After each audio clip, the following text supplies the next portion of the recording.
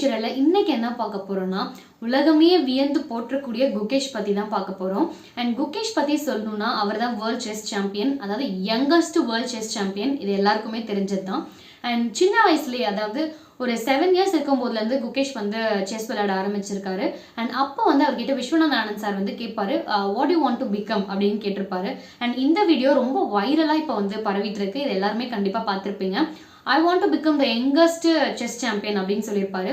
அன்றே கணித்தார் அப்படிங்கிற மாதிரி அவரோட மேனிஃபெஸ்டேஷன் இன்னைக்கு அது ரொம்பவே பளிச்சிருக்கு அப்படின்னே சொல்லலாம். அதாவது அவர் தான் இப்போதைக்கு வேர்ல்ட்ஸ் யங்கஸ்ட் செஸ் சாம்பியன்.